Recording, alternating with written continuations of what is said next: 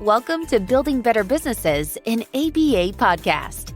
Learn firsthand from business owners who've built successful ABA businesses. Utilize proven techniques and strategies to help your practice thrive. This is Building Better Businesses, an ABA podcast with Jonathan Mueller.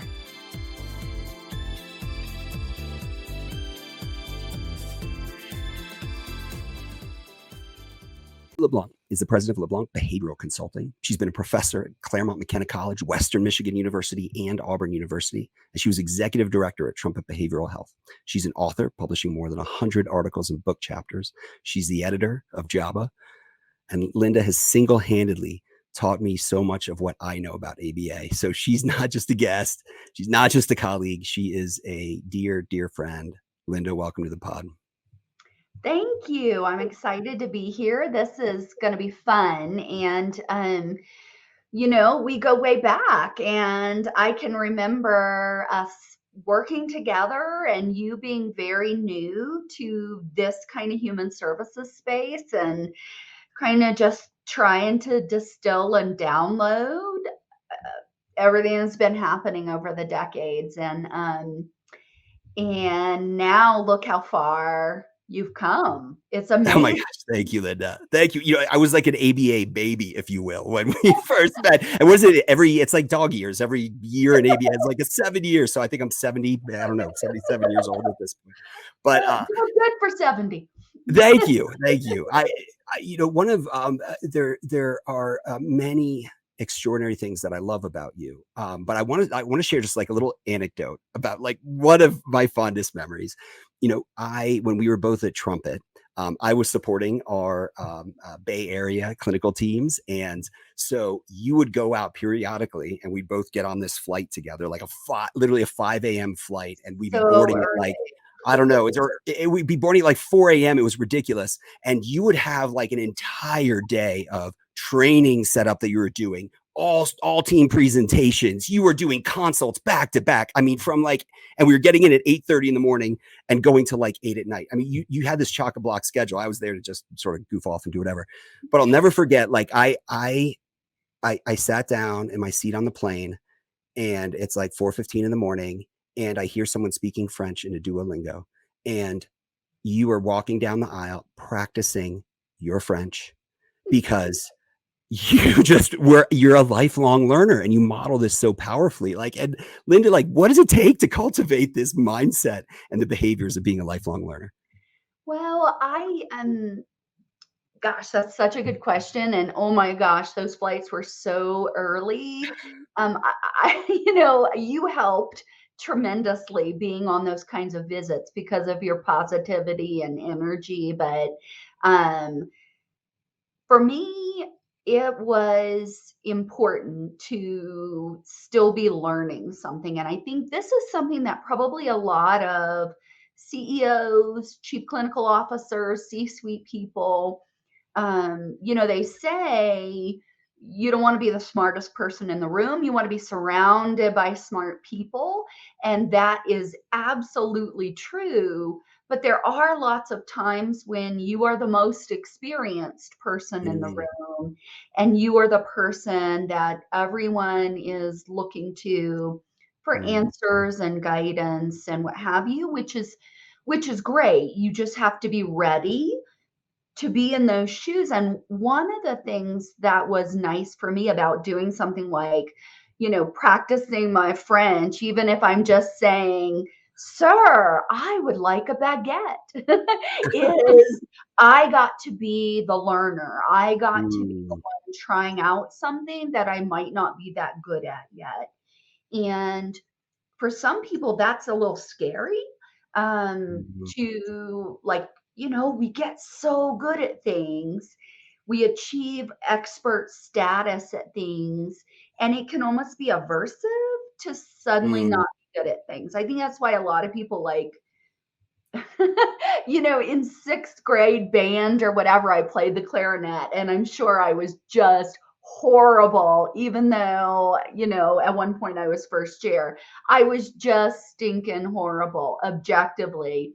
But I was more okay being objectively bad at something when I was, a middle schooler. I'm not Mm, now. So for me, you said, what's that about? How do you cultivate it?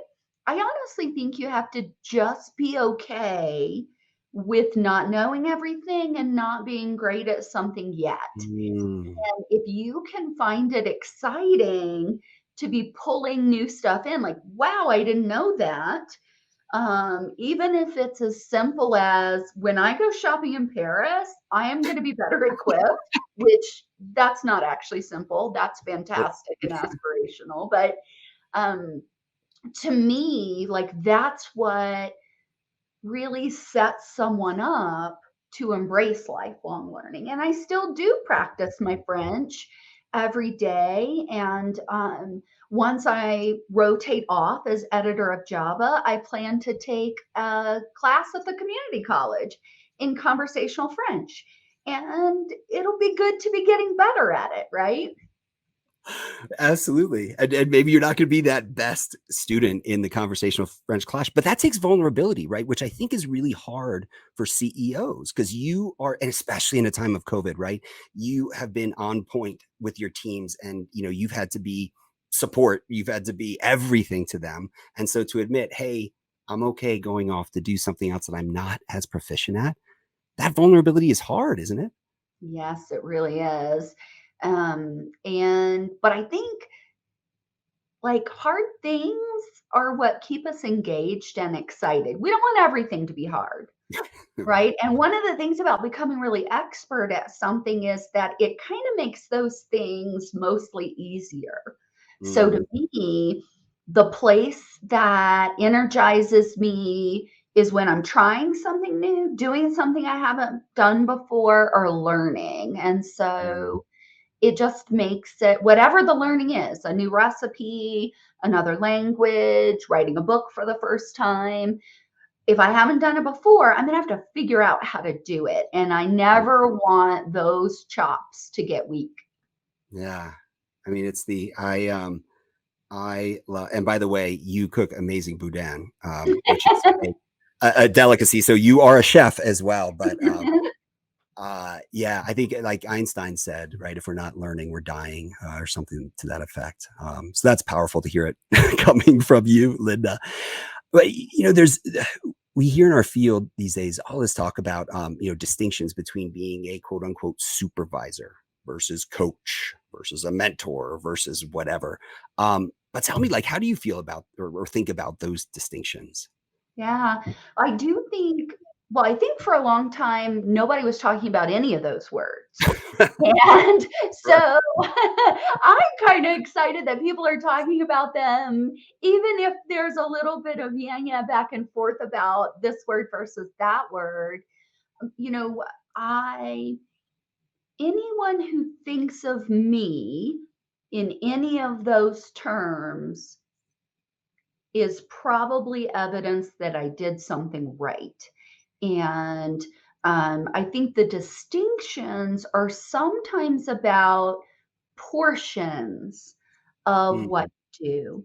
So, for example, the notion of a coach versus a supervisor, well, if you think of them as things, are mm, you a supervisor? Stick in the noun. Are you a coach? Stick in the noun. We get a little bit more wound up about those distinctions. If you mm, think about it as behavior, are you supervising this person? Are you coaching them? Are you mentoring them? Are you teaching them? You begin to see how many of your behaviors that are great things to be doing could also resonate with the word, are you leading them? Are mm, you following them, guiding them, what have you? And so, I think we tend to use those words, they become more important when you're not the whole package. mm, When you're kind of in a certain role and you want to speak only about that role.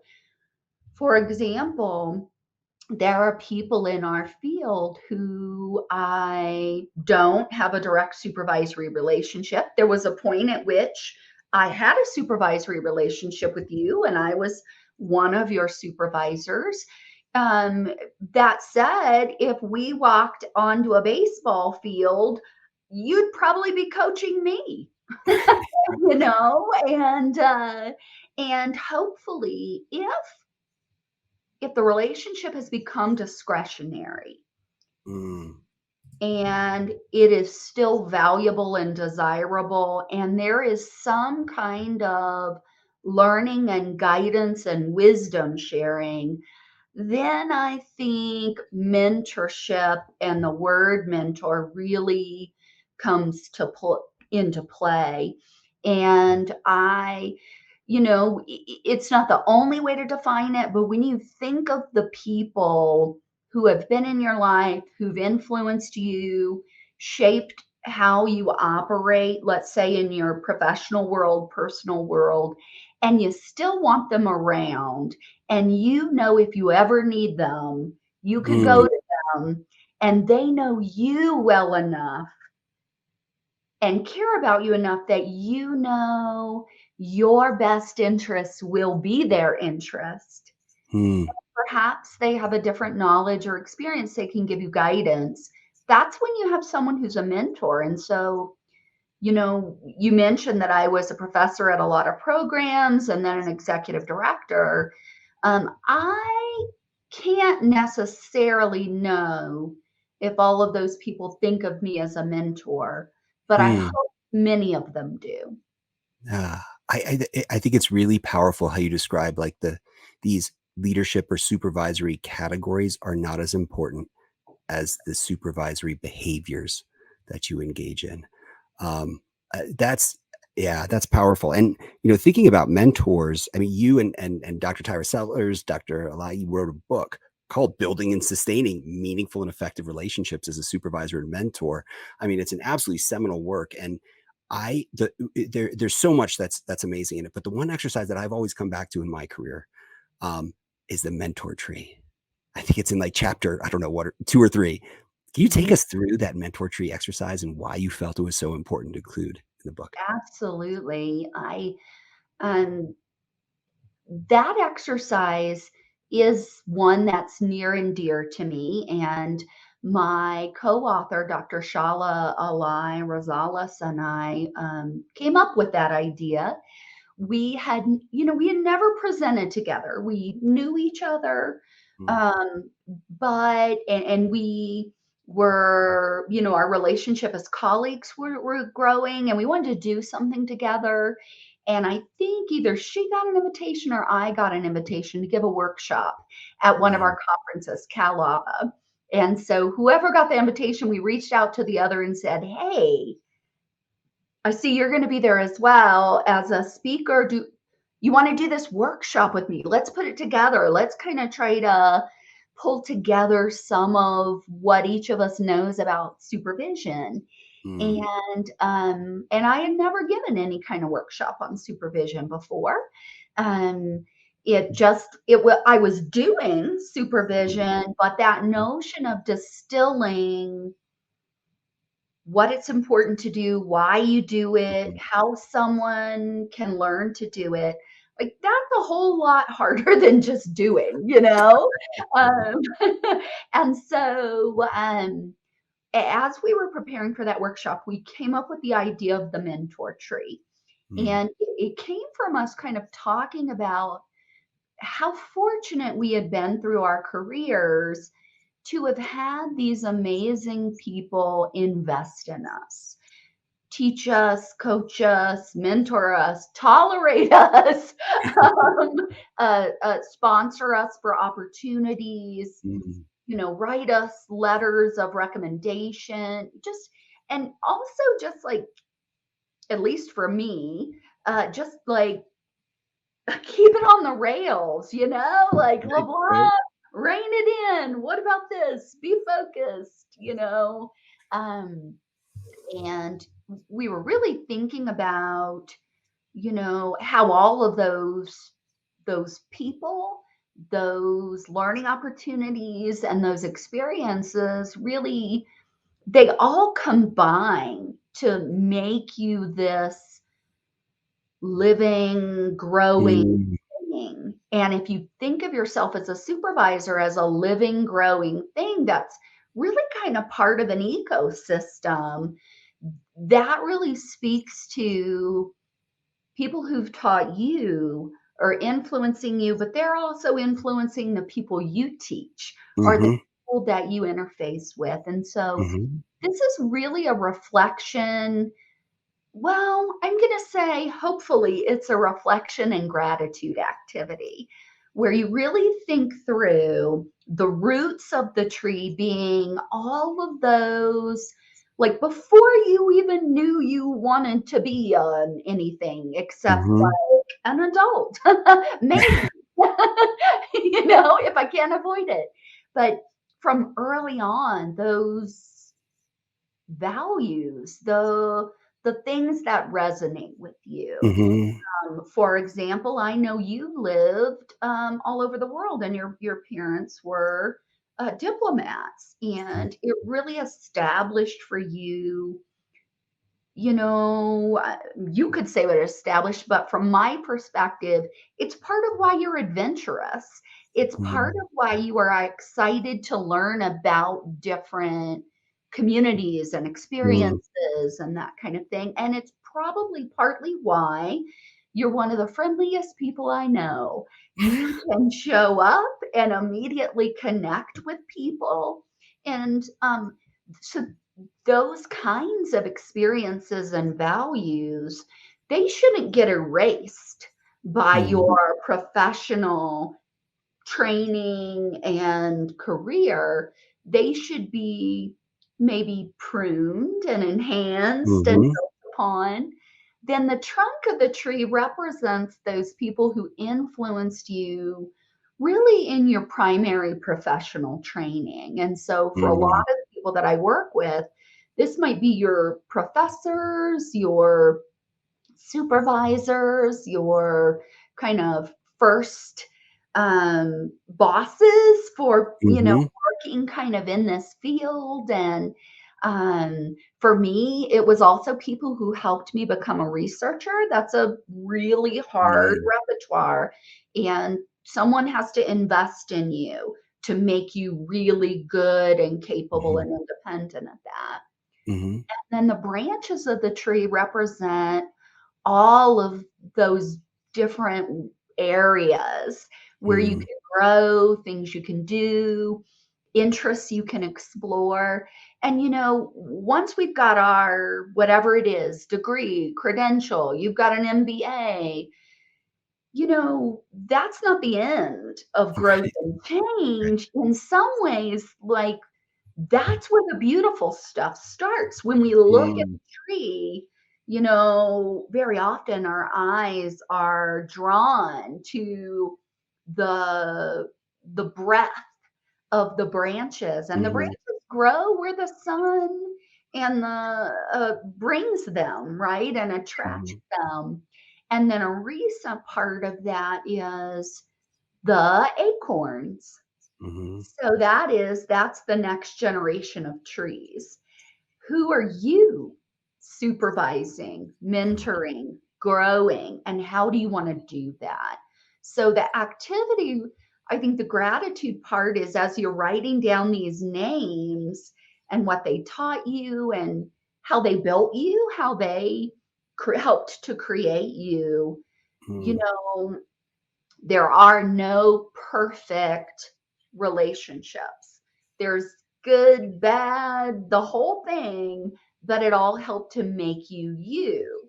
And I think that the goal is to understand why mm, you are the supervisor that you are, why you approach your world the way you do.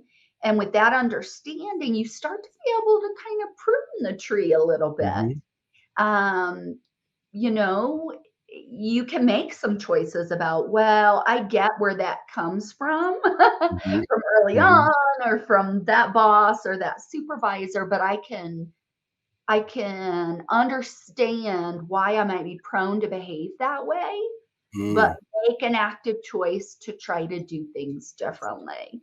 So that activity, it's kind of reflection and gratitude, but then it should set you up to have some kind of purposefulness about the leader that you want to be. mm. That is such a rich analogy. Dare I say fecund, fertile analogy. That is it's what, the way I think about, like, as a leader in our field, as a supervisor, there's a lot of discretionary effort that we have to spend, thinking, training our supervisees, investing in them, getting to know them, meeting with them at certain frequencies. And it can be easy to say, "Ah, it's exhausting." But what this, and I've done this exercise so many times, the wisdom tree, the mentor tree, like looking back and saying, I know that gratitude of, I know those people invested all this time in me, in my world, changed to, okay, I now need to pay it forward to Make the some next more generation, acorns. the acorns, that's the acorns. And I love that addition of the acorns, and I learned something new as you described that, Linda. That's That's super. wonderful. I love it. Well, the mentor tree is important, and it actually shows up in again, in the two new workbooks Mm, that my colleague Tyra Sellers and I are just publishing. One of them is for brand new BCBA supervisors mm, who, they've been learning the behavior analysis, but the supervision is also a rich repertoire, and nobody's great at it coming out of the gate. And so it's a mm, workbook that kind of mm, guides their efforts, and then a parallel workbook for the more experienced consulting supervisor who's maybe been mm, out 5 years and maybe has a little bit more of those skill yeah. sets and wisdom to kind of guide their consultation over the course of a year, um, Mm. focus specifically on those supervision skills. And I know that very recently came out. We'll make sure to drop a link in the show notes. Um, uh, but I appreciate that you're continuing to share your wisdom with our field. But you've operated across in so many different capacities, in our field, from being a professor to a practitioner to an editor to a leader of a large multi-state organization. And for the last 5 years, you've owned your own consulting practice. Tell me more about your practice, and in particular, like, what were the needs that you saw in the field that you felt like you could solve, and just generally how you've built it, and what gets you most excited to wake up every morning. Yeah, that's a fantastic set of questions. And, I so you mentioned I've done a lot of different things, and that harkens back a little bit to I like to try new things and really, really do them until I'm good at them. And then I need to add on a little bit of something new to Mm, really stay engaged. I've got mm, and I know you do too, like a little bit of that Tigger preschooler in me, like, "Wow, squirrel!" yeah, Like, yeah. "Oh, exciting." And so making these kinds of, maybe you would call them career changes, lane changes, or adding on something new. So, like being the editor of Java is just the next step, the next responsibility in editorial work that I've always done. But I think when I started my practice, which is now, let's call it, getting, it'll be 6 years late this fall. So we'll call it 5.5 years. Um, yeah, part of it was that I wanted something new. Mhm, I um, I had a couple of different sets of interests. Obviously, one of them is human services and a variety of mhm, disability services and behavior analysis. Another was technology.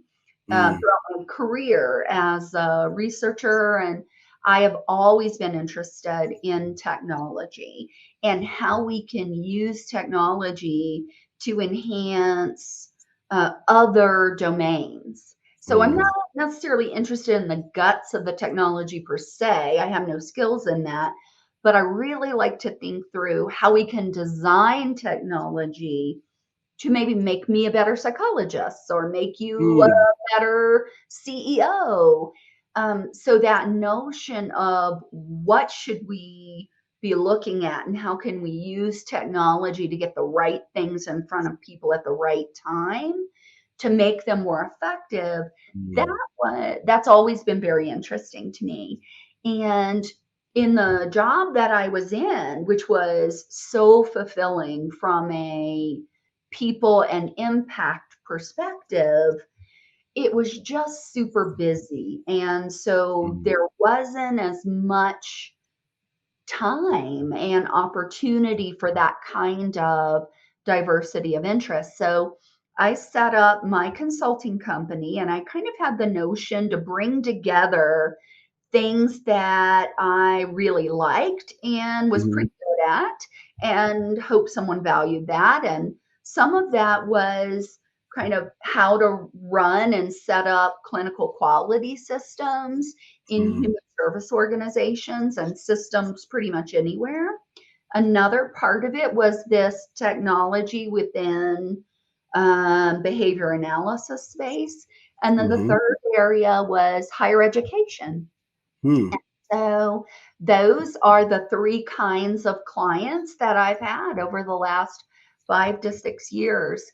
Sometimes it is ABA provider organizations, and they want me to help them sometimes create resources, sometimes refine their system, sometimes build them from scratch, mm, help build their clinical leaders in a variety of skill sets.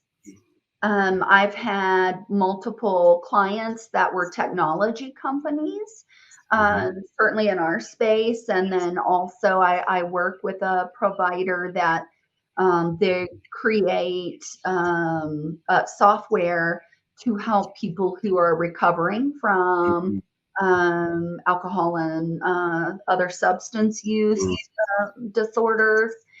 And then I've been fortunate recently to build a fully online master's program, kind of leveraging technology and instructional design to do some of the teaching that I've always loved without it having to be a recurrent mm, spend on my time. So to be honest with you, probably about 70% of what I do is spending time with C-suite folks from mm, different organizations, coaching them, supervising them, mentoring them. mm, I am not accountable for their behavior, so supervisor is not the right term, but really helping them to leverage and enhance how they think about things, how they solve problems, uh, mm, how they manage what their role is like for them and what barriers it can create. Um, mm, and very often to be a sounding board and a mhm. little bit of a poke prod when there's no one else in their professional life who can do that. Yeah. Well, you mentioned systems, and I think back to our time at Trumpet. You literally built out this phenomenal. I mean, as far as I'm aware, like this is the first clinical standard set, a system around quality assurance that the ABA field has ever seen. But I'm curious, as you're working with different providers or practices that might be experiencing challenges or whatever they're trying to do, like how many times is the answer like you kind of need a system?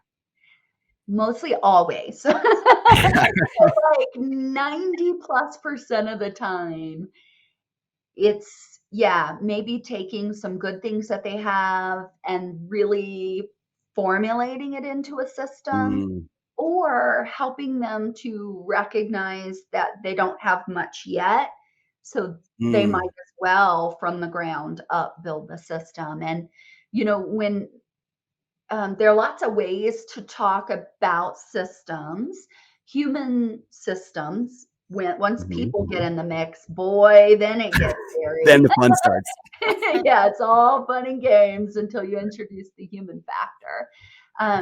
But what I really try to do is help people think about lots of different aspects of their company and the systems that they could build that would give them assurance that they know who is doing what, Mm, when, how, and how well. mm, And same thing is true whether you're looking at your financials, mhm, or you're looking at caseload management and quality of clinical services. You have to have the structure to know who's supposed to be doing these things and who might be mhm, managing or supporting them. What are all the things that they need to be doing? And is there an important win mhm. they should do it? And there's almost always an important win. And that often, like not paying attention to the win, is often what creates the next person's pain point. Mm, I didn't get that done at the right time, so you couldn't do your thing. And then, of course, how would we know it was done? And how would we know how well it was done? And those are the parts I think that mm. really allow you to close the loop that most organizations and certainly I didn't have either at Trumpet. You build it over time, but it's that notion of those checks and balances, right?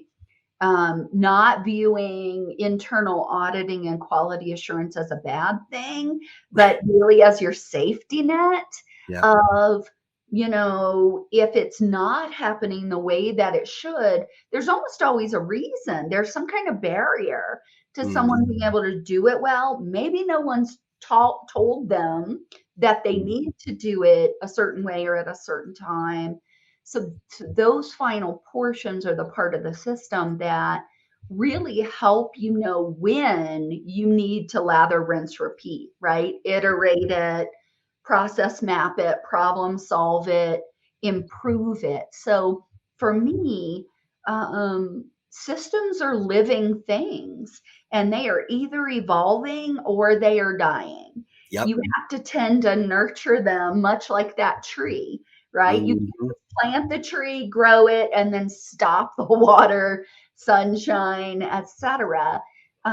The same thing is true with any of our systems. If you built a dashboard now and never got regular updated data, you'd be like trying to drive backwards, right, like right. it doesn't help you anymore. And it could also be that the kinds of metrics that you want on your dashboard evolve over time.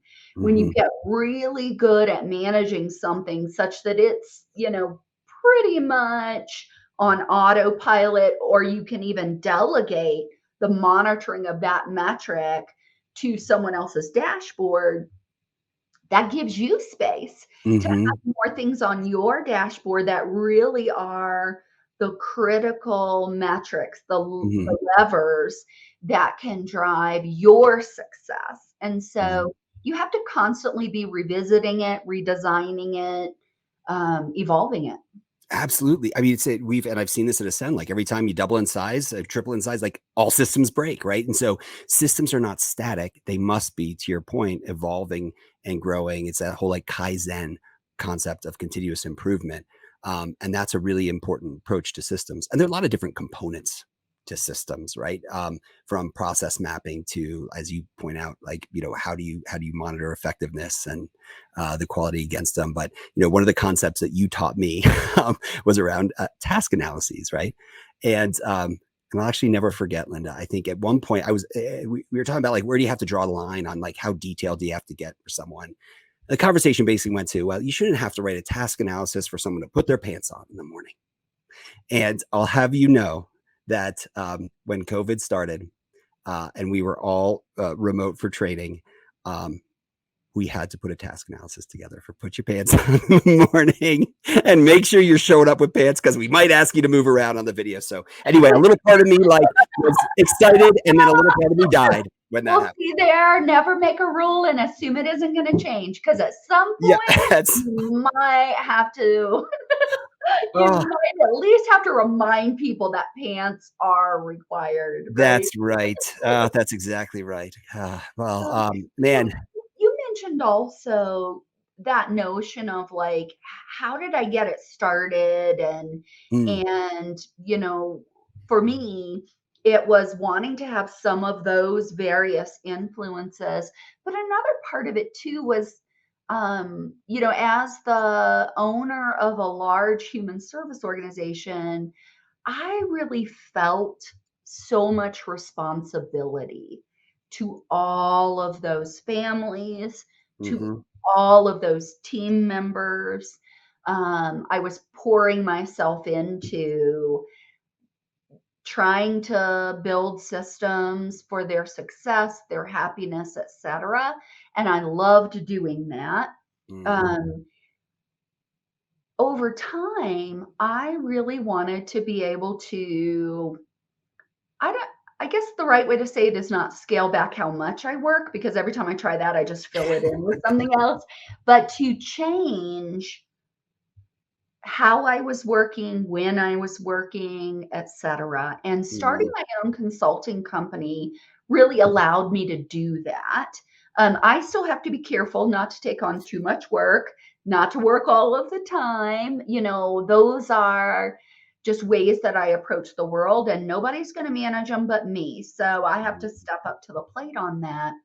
But I will say it allowed me, I had never written a book before I mhm, started my consulting company. Like I was just always too busy. I was always doing a ton of things. And so a large multi-year project like that mm, might or might not ever benefit someone else, hmm, that wasn't something that I could embrace. And starting the consulting company, having a few more degrees of freedom gave me a little bit more wiggle room to try something that I might not be able to exactly describe how my doing it might help other people. Maybe mm, I just want to write this book. I intend for it to be helpful. I hope it will be helpful. I'm pretty sure it'll be helpful.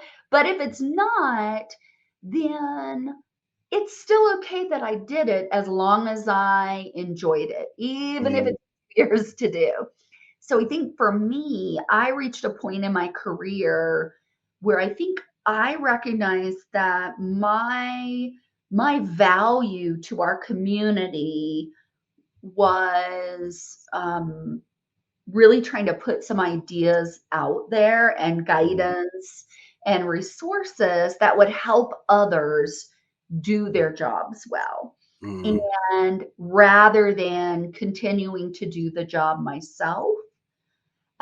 And so it was kind of a scary decision. I had always been not only I'd always had a job, in fact, often multiple jobs, yeah, you know, um, and so to be in a situation where it was just going to be me mm, and like you kind of jump off the cliff, right? Like I think I have something useful to offer and I'm going to try to offer it um and hopefully people will think that's something worth having.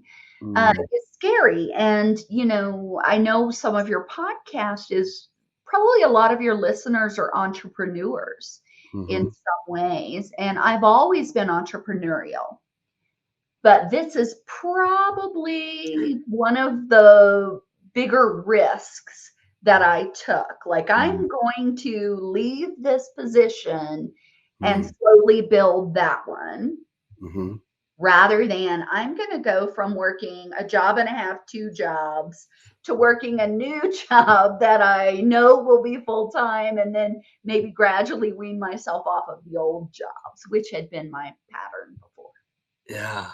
Wow. How does that like, how would a business owner, say an ABA practice owner, maybe someone who's considering selling their practice, but has been at it for 5, 10, 15, 20 years, however long, like, how do you decide like what's the next right thing for me? That feels Yeah. scary, like you said, jumping off a cliff. Right? Yeah. And I think, the same thing is true. And I've seen this now a few times with people who build software and then sell that software, right? Mhm. Um, you build something, you get out, you sell it. That's not uncommon today. And it maybe used to be a little bit more uncommon, but it's really kind of a lot of the way business and industry works these days. So for me, there were a couple of things, and I actually do a lot of coaching about this. That notion of whether you're going to kind of stay within the same field, but shift Mm, jobs, shift careers, shift emphasis, somehow keep it new. Like to me, you have to be able to describe what you are giving up mm, and what you expect to get from the other thing. Otherwise, you'll only make a change if you're miserable, right? mm, I just got to get away from this.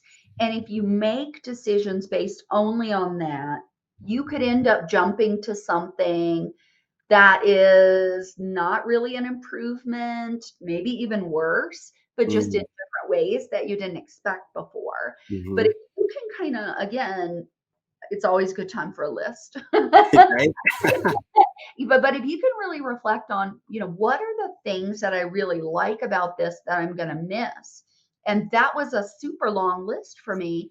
And part of what I had to do was figure out how I would keep some approximation of those Mm, things in my new opportunity. So I loved working with our clinical teams. I loved training them. I loved kind of helping them become better leaders. So I kept all of that in mhm, my organization.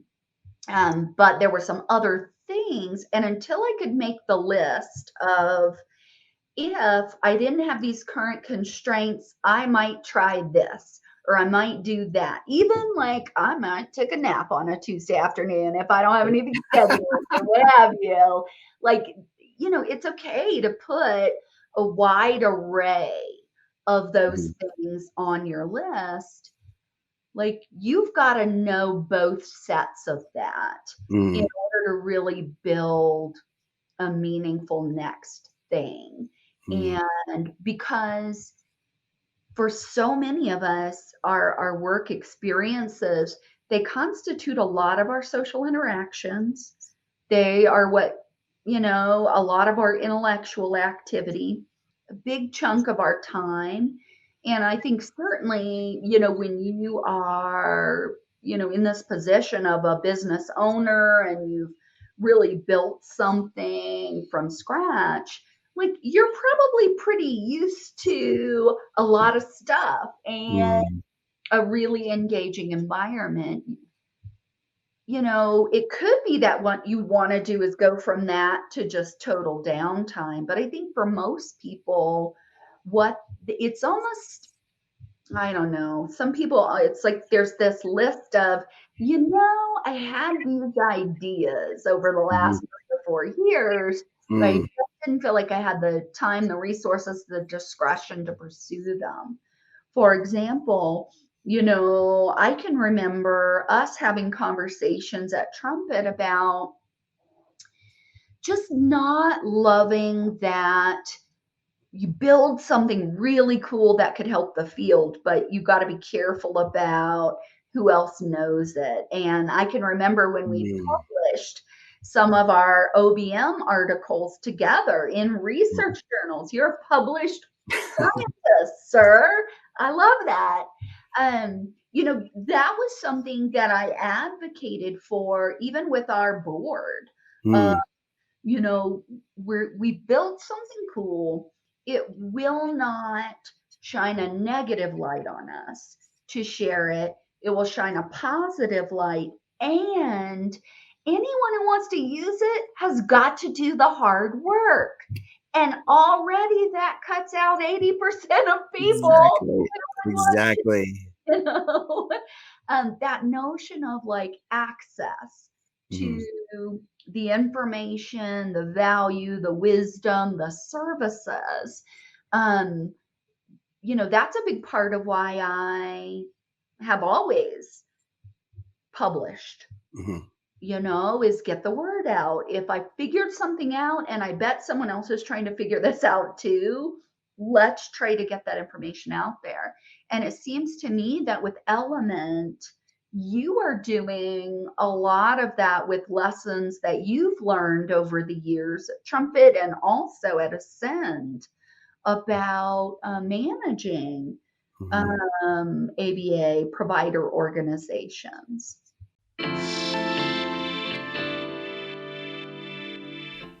ABA practice owners, are billing and insurance issues getting you down? Well, let me tell you, Element RCM is your answer. Element provides world-class revenue cycle management services, contracting, credentialing, authorizations, billing, and more. Element's your partner, so you can focus on what you love to do, providing the highest quality services to your families and clients. Element's a preferred partner of the Behavioral Health Center of Excellence, and its founders have nearly 20 years of experience owning and operating successful ABA organizations. They understand you. They know that every dollar counts, that integrity is everything. Element works with any practice management system. And Element's not a vendor, they're your partner. So find out more and take a free revenue cycle assessment at elementrcm.ai.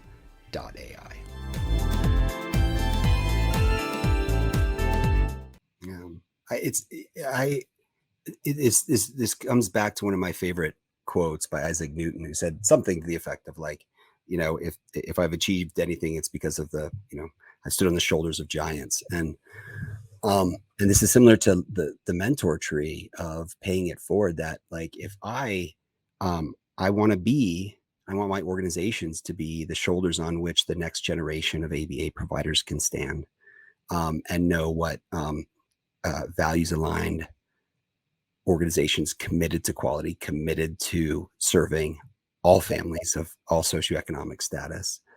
Like if that can happen, then awesome. And hey, let's do it in something super unsexy, right? Like, but critically important in the revenue cycle, and collecting cash and working with insurance companies on all those super fun things. I know that most practices don't want to work with, but it feels like a paying it forward moment. Yeah. And And it's really hard to run an ABA provider organization. The landscape has changed so dramatically. And there are, I think, a lot of people who, like me, were trained in the clinical background to know how to do the thing. And then you end up running businesses about the thing and really needing to understand some of those higher level business dynamics. yeah. And I sure didn't learn that in grad school, Yeah. But that said, if you are going to be doing this, you've got to at least learn the basics. I don't have an MBA, I never will, but I have to know the basics well enough. I had to learn them when I was running an organization, and now I've got to be able to coach some of my clients through an understanding of how these different variables that are clinical in nature, operational in nature, drive financial in nature. Um, and that you've got to pay attention to that if you want a healthy organization. Yeah, I mean it's so true, and I mean in my mind, it's getting harder and harder to run an ABA practice, and I don't know, and I'd love. Do you have like thoughts on like what is it about? And clearly COVID, right, has not made things any easier, but what makes it so hard, and what can owners do to I don't know, to run a successful practice? I think, and many of your listeners may disagree with me, but that's okay because I'm the one with the Right. microphone. um, I think part of what makes it hard is the growth trajectory. Like Mm, you're barely good at doing this at this size, and you need to be double that size, and you need mm, to be triple that size. And it's what I sometimes think of as pressured growth.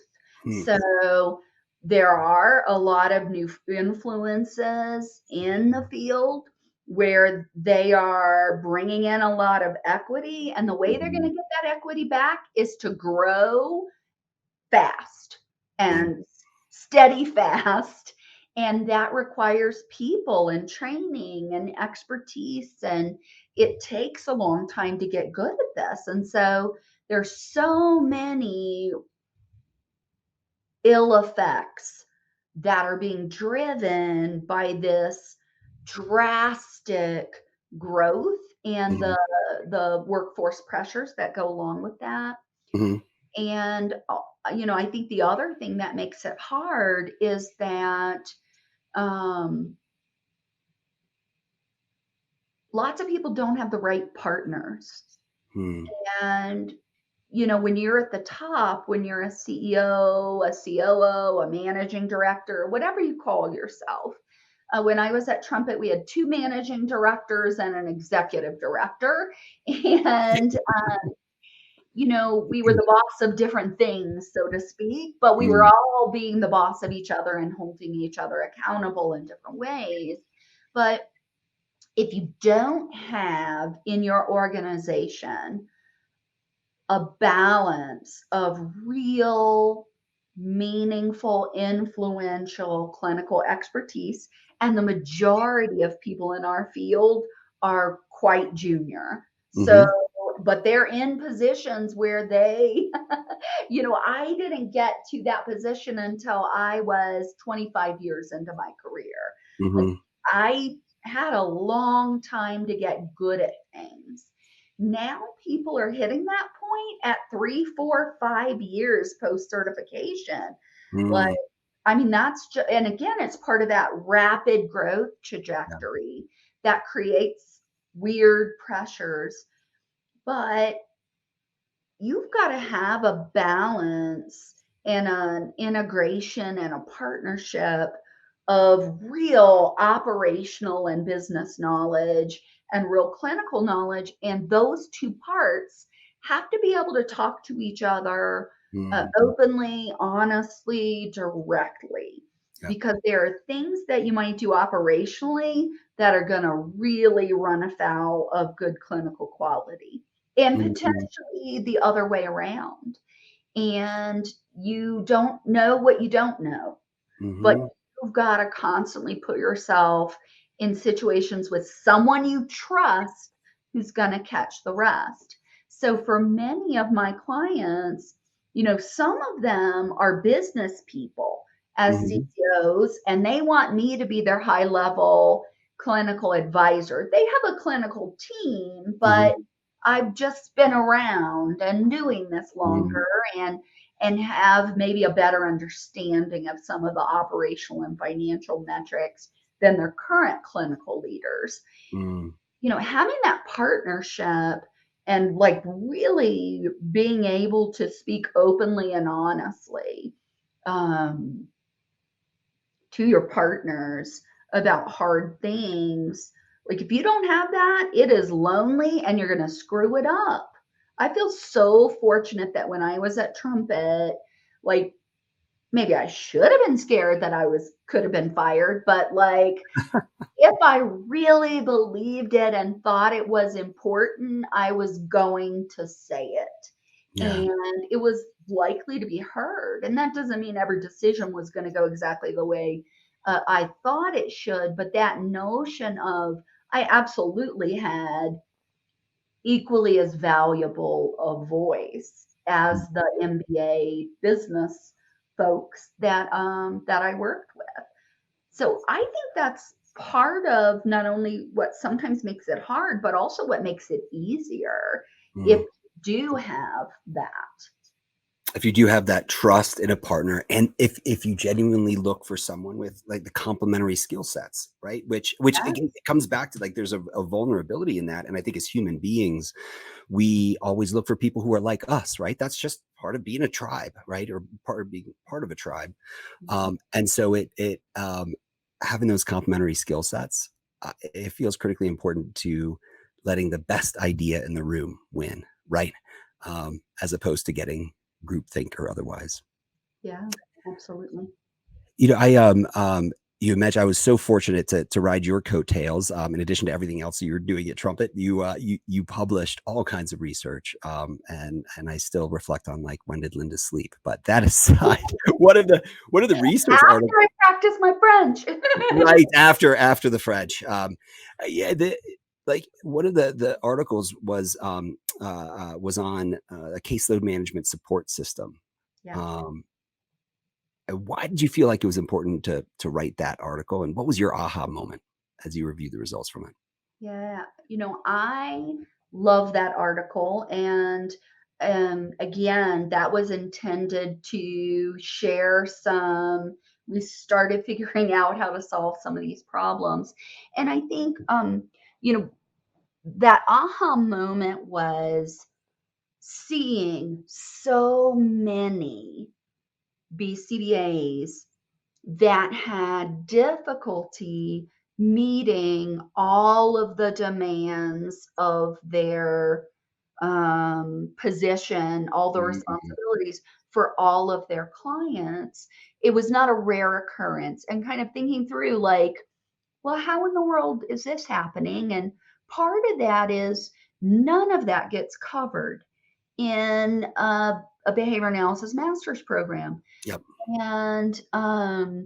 And yet there were people who succeeded. And so, like, what Mhm. makes these ones so successful and those ones not so much? And it's not necessarily the content area. It really is what we might think of as information and understanding and Mhm. some of those pivotal professional skills. Mm.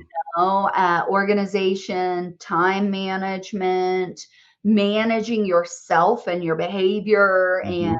the consequences. And, if nobody else is looking and presenting consequences, like the way, manage them yourself.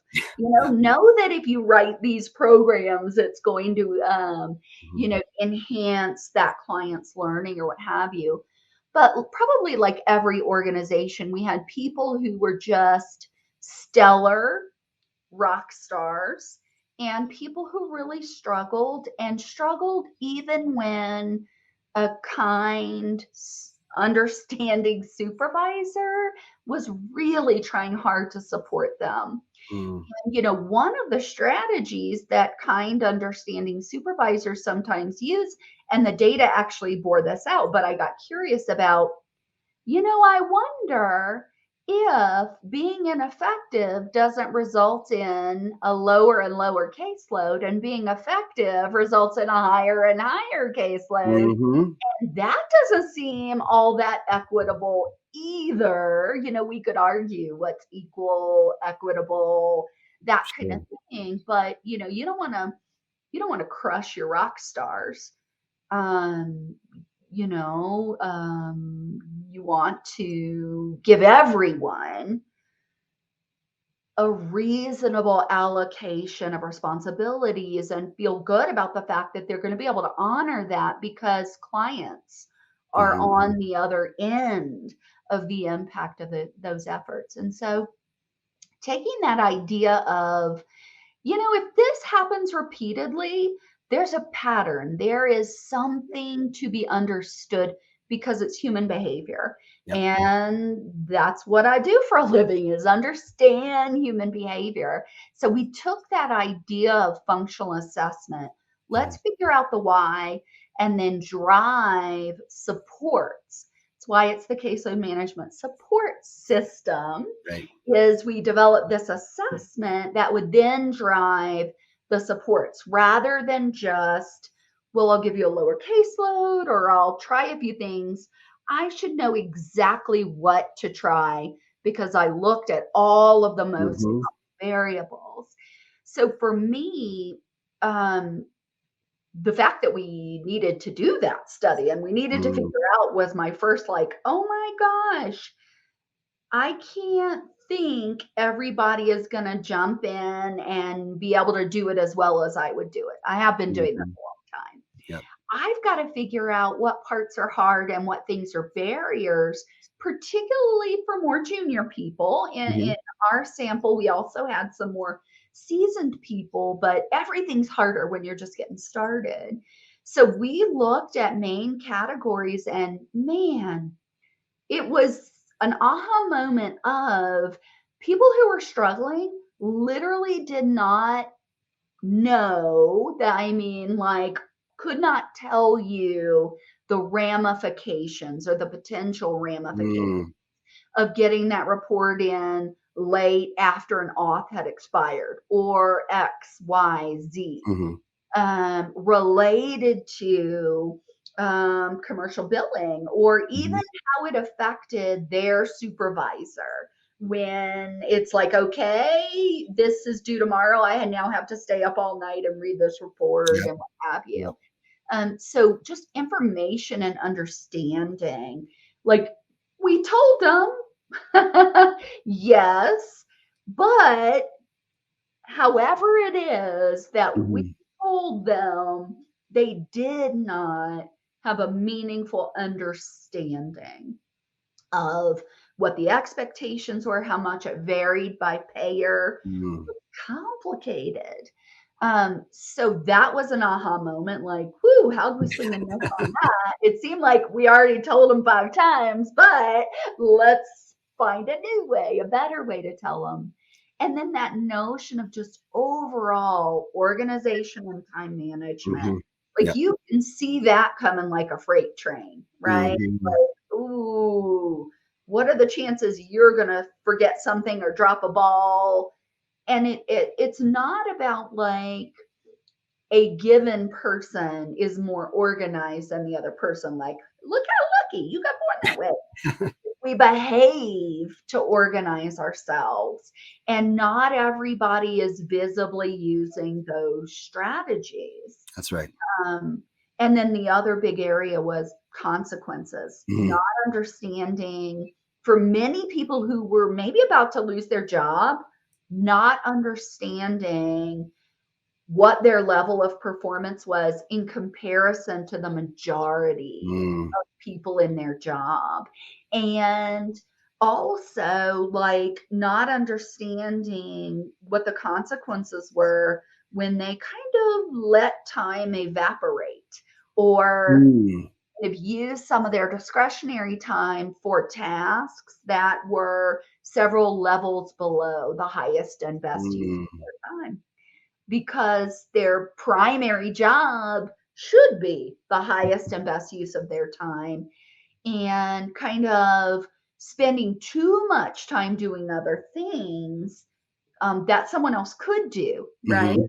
Not knowing to delegate can jam you up in a way that leaves you incapable of getting to all of the things that are critical that only you can do. I mean, it's so simple, almost and powerful, like write expect clear expectations and make sure the person understands them, the right consequences, and then, just effective time management, or it's almost like priority management. And in fact, the other exercise I know I've done with you many times that I learned from you is the rocks, pebbles, sand, right? Like around time management of like, what are you gonna if you want to get all these rocks, pebbles, sand in an In the empty jar, jar, what are you gonna put in first? The sands? No, you put the biggest stuff in first, and then you filter in the rock, the pebbles, and then you let the better sand have a plan. You better have a the plan plans. for how you're going to put it in rather than the first thing you see gets dumped in. Absolutely. I spend so much time with people evolving their personal systems. I love the getting things done system. There are other Mhm, ones out there, but just about how are you going to prioritize and plan your use of time and know where everything is. You've got to know everything that you need to do and just about how long it's going to take mhm. in order to get it all done in the designated amount of time. So it's a great point because schools, undergrad, high schools, they're not teaching personal management systems. This is just part of, I don't know, adulting, I guess, is like having, Yes. and if you can't get like the personal side, right, it's going to be really hard to get the professional side of what you do, right? So Um, true. Pivotal professional skills, also known as adulting. Adulting, pivot. I like the operational definition, pivotal professional skills. I, Linda, throw one question at me, make me answer on the spot. Okay. What is something that you've learned through your relationship with your lovely wife, Kim, that you think makes you a better leader in your professional setting? Compassion and patience.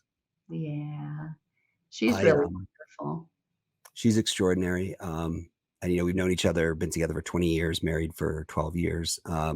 She's a lactation consultant. She was a management consultant, and then she evolved her career to work with therapeutic weight loss programs for teenage girls, and then most recently got her lactation consulting, her IBCLC, and she has the most. Not that I can actually sit in on, the sessions that she does with moms, but she's the definition of like listening well and empathizing and being gentle in how you help change behavior.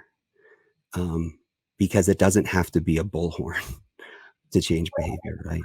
Goodness, and if you think about what she's doing, she's probably helping many new moms, even if Exactly. you're not a first-time mom, you're newly a mom, and Hmm. you're exhausted, and, Hmm. if it's not going as well as you could, you feel like the single most important responsibility that you have as a human is like you're swinging and missing or not getting Yeah. it right. And that notion of gentleness and empathy and try this. Hmm. And even if you feel demoralized and that it might not work, part of her role is to help someone have the energy to be able to try. Yeah. Exactly. So Exactly. Because parenting doesn't come with a handbook, right? Or breastfeeding. We all just assume it's going to happen. And it's hard. It's most really freaking everything in hard. the whole world is hard, Yeah. until you know how to do it, and then some of those things are still hard It's once still you hard. know That's how to right. do That's them. right.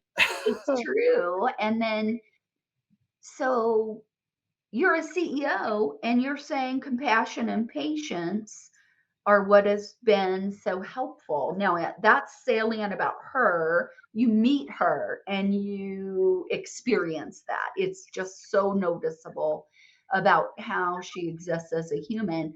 I feel like the same thing is true of you. Like, Mm. just, how are you compassionate at work? Especially, I bet you've had to be compassionate a lot because at least one of your companies has been launched since COVID, right? Yeah, that's exactly right. I think it's one of the most important parts of leadership that doesn't get talked about. And that is like good leadership, good supervision, coaching, mentorship, whatever we call it. It starts with caring about people.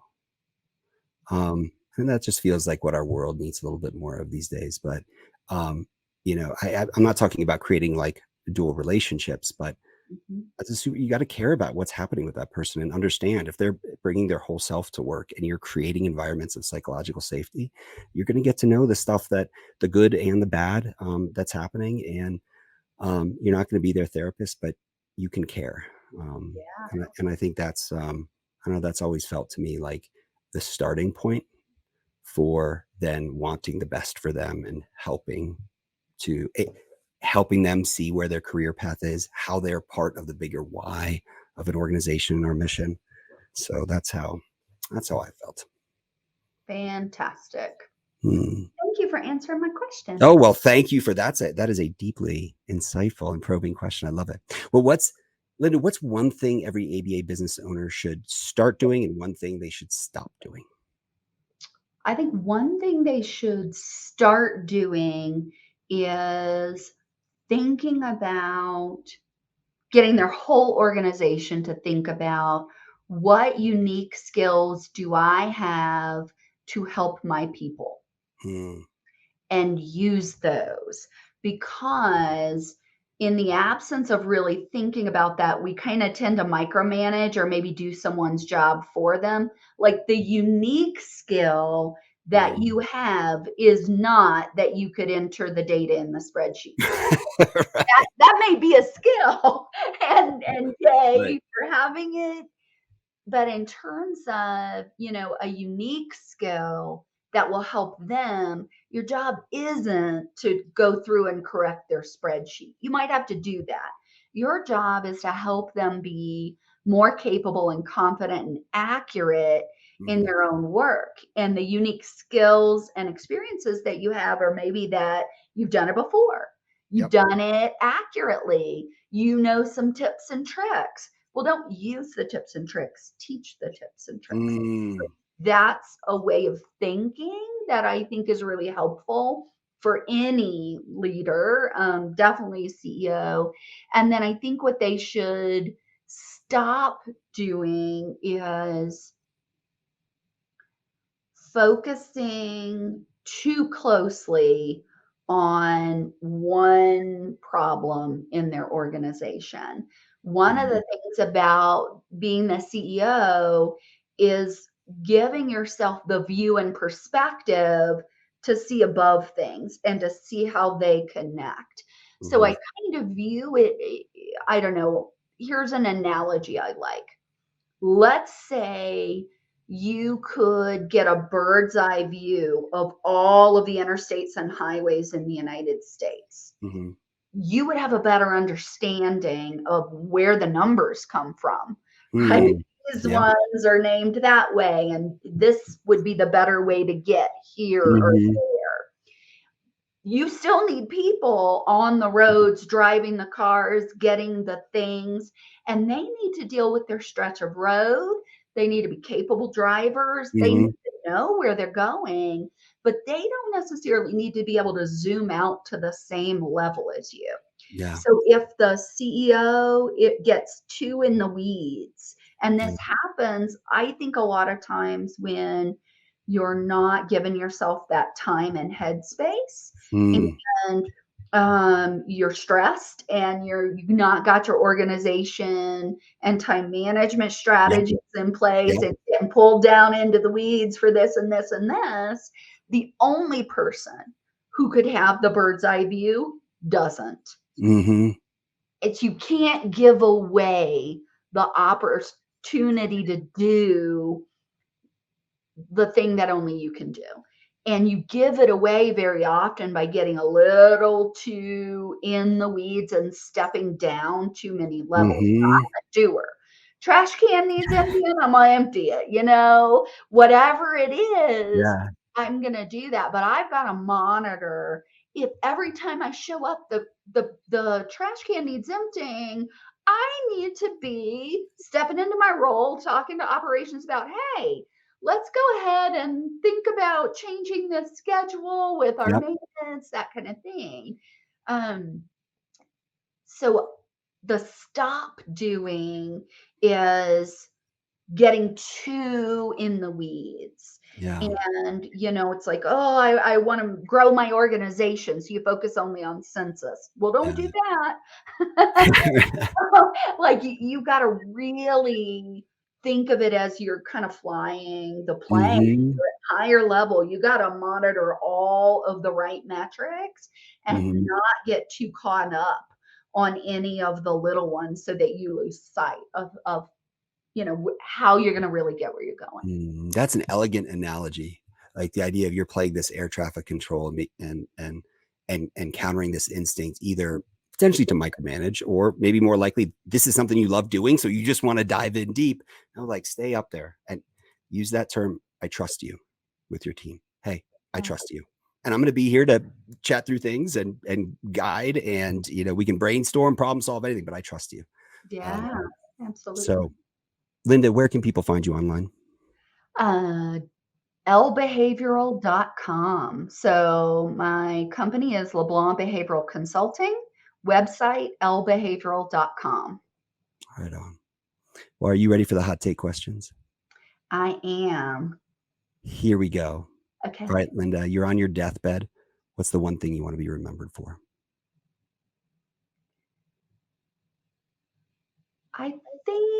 I hope people remember me as someone caring who is willing to help. Hmm. What's your most important self-care practice? Well, I love bubble baths. I really do. I love bubble baths. I've got like, the bath bombs, the fizzies, and just that environment of like a candle, low light. Like I have got to be active in how I wind myself down Mm, because I'm a super energetic kind of person. mhm, So for me, I have to manage myself so that I can sleep well because when I'm fatigued, I'm not as patient. I'm not as kind. I'm not mhm, as alert. I'm more distractible. So that being able to like chill out, whether mm. it's cup of tea, bubble bath, and sleep well, that is critical for my well-being. Can I tell you something that I don't think I've ever shared with you? I was never a candle person until 2 years ago. I was in a mastermind with you and Dr. John Austin that y'all were running, and got this awesome care package with a bunch of cool stuff as part of it, and one thing was the candle, and I was like, "What the hell am I gonna do with this?" Well, I'll tell you what. What So do you do with a what do candle? you do with a candle? I mean, this is like 2022 for 2020, whatever it was, for crying out loud. Well, what do you know? I opened it, and on a lark, I lit it, and 2 years later, every time I'm in my office, I have a candle that's going, and it just, with my little Zen waterfall, puts me Yeah, into that. Maybe that's your bubble bath place, and that's my calming absolutely. place. I love it. It's those little things we can do to change our environment. Mm, Like, hey, I help people solve problems. Problems are going to be coming at me, but I can be in charge of like how something smells or a flickering light or yeah. just some of those little things matters. Mm. Oh, yay. I'm so glad I gave you that candle then. I'm a convert. I'm a convert. Well, that's what you're going to get for your next gift as Yeah. well. What's your favorite song? I don't know that I have one. I will say, not to bring us down, but I tend to like bands more than songs. And, Mm, my high school, college, even grad school days where it was the time of grunge and the Foo Fighters have been really one of my, for a very long time, uh, bands and a recent loss of their amazing drummer. And, mhm. but pretty much anything Foo Fighters is good for me. Oh, And I I love love James Brown. oh, James Brown's amazing. My favorite, I love the Foo Fighters too, and Dave Grohl is just, he could do no wrong in my mind. You know what my favorite Foo Fighters story is? There were, this was, I don't know, 5, 6, 7, 8, 9 years ago, but a mine collapsed in Australia, and there were a bunch of miners who were trapped. And so, of course, rescue crews come and they start furiously digging. They finally broke through and made contact, and they said, what can we get you?" And the miners said, "We need a tin of dip and a Foo Fighters CD." No, I kid you not.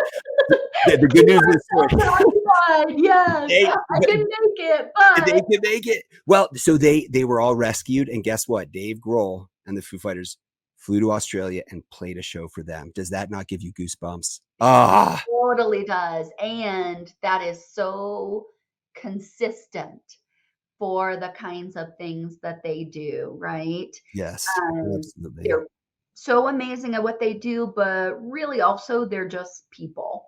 Mhm. Human beings, right? Making the world a little better. Well, Yeah. if you could give your 18-year-old self one piece of advice, what would it be? Well, one of the I don't think the letter was written to my 18-year-old self, but one of the things in the supervision book is an exercise to write a letter to your younger self. Mm, And the younger self that I wrote it to was kind of like me as I'm in grad school and then I'm a young professor. I'm trying to figure out how to be a supervisor without crushing the soul, yeah. you know. But I think if I could talk to my 18-year-old self, I would probably let her know that it's okay to slow down. Mm, Yeah. it's okay to slow down. You'll Well, still be successful it- if you slow down. exactly. Well, if you could only wear one style of footwear, what would it be? That matters a lot, so I need to ask some clarifying questions before Let's you do it. impose such strict limitations on me, because shoes are important. I Mhm. think the outfit starts with the shoes, your comfort starts with the shoes. Mm, If you might need to go playing on the floor with a kiddo, you better have the right shoes. mhm, Um, I so by style of footwear, do I have to be like, if you want to know the exact shoe, if I could only wear one shoe for the rest of my life, I can give you the answer for that. If you want to know shoemaker, I can give you the answer for that. In mm, terms of style of footwear, it would be a flat or low heel funky mm, dress shoe. Like mm. Yes. one. Oh, that is super cute. It's super cute. It's a heart. You can see it's a low heel, but look what shape the heel is. Ah, it's It's the a heart. heel is in the shape of a heart, and they look comfortable. Yeah. There's sort of these, little heels, and I don't know, they're shiny, but there's also a design of what looks like home plate Yeah. in that heart. So that's double cool. I Check out know. Like, YouTube. What you because you got to see this shoe. This is sweet. yeah, pretty much. You should, take care of the stuff that makes you happy. Shoes make me happy. I love it. And you know what, Linda? You make me happy. So thank you so much. Too. Big hugs. Big I'm hugging hug. you here Oh, virtually now. I missed you Um, so much, and it was wonderful to spend the time with you. So thank you for having me on. well, thank you for all you're doing for me, for our field. I appreciate you, Linda. I appreciate you, Jonathan. What up, listeners? Hey, I got something for you. If you like my Building Better Businesses in ABA podcast, you're going to love the Behavioral Observations podcast with Matt Sikoria. So I recently met Matt at ABAI, and let me tell you, I was just an instant fanboy. Matt's the real deal. His pod is all about stimulating talk for today's behavior analysts. So session 191 on his pod is on the behavior analysis of lying. That's right, lying. How awesome is that? Who does that? He also talks social skills, ACT, FAs, and so much more. His guests include Greg Hanley, Jonathan Tarbox, and other legendary names in our field. And as a BCBA, you can even get CEU credits through behavioral observations. You can find Matt and the Behavioral Observations podcast on iTunes, Spotify, Stitcher, or your favorite podcast channel. Enjoy, friends. Thanks for listening to Building Better Businesses in ABA podcast. Stay tuned for our next exciting episode. In the meantime, please like, subscribe, share, and comment. We value your feedback. Don't forget to follow us on social media at elementrcm.ai.